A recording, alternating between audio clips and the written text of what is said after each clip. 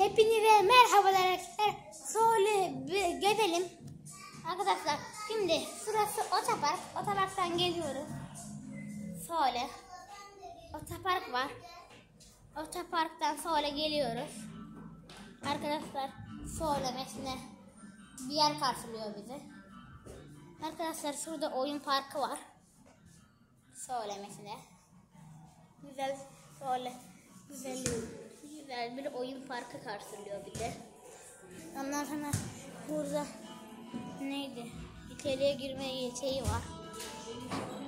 Ondan sonra şöyle biraz yürüyoruz. Bu manzara karşısında yürüyoruz biraz. Şöyle havalı şeyler falan var.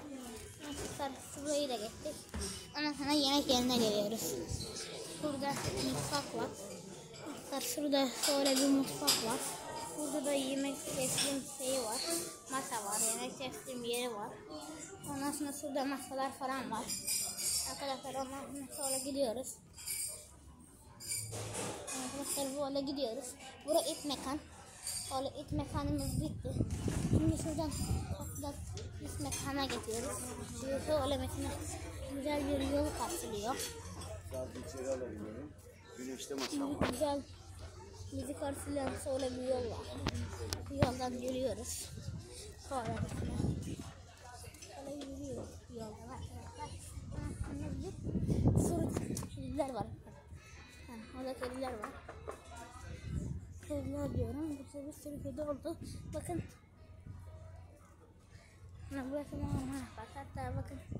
Burada çıkılır şeyleri falan var. Şöyle.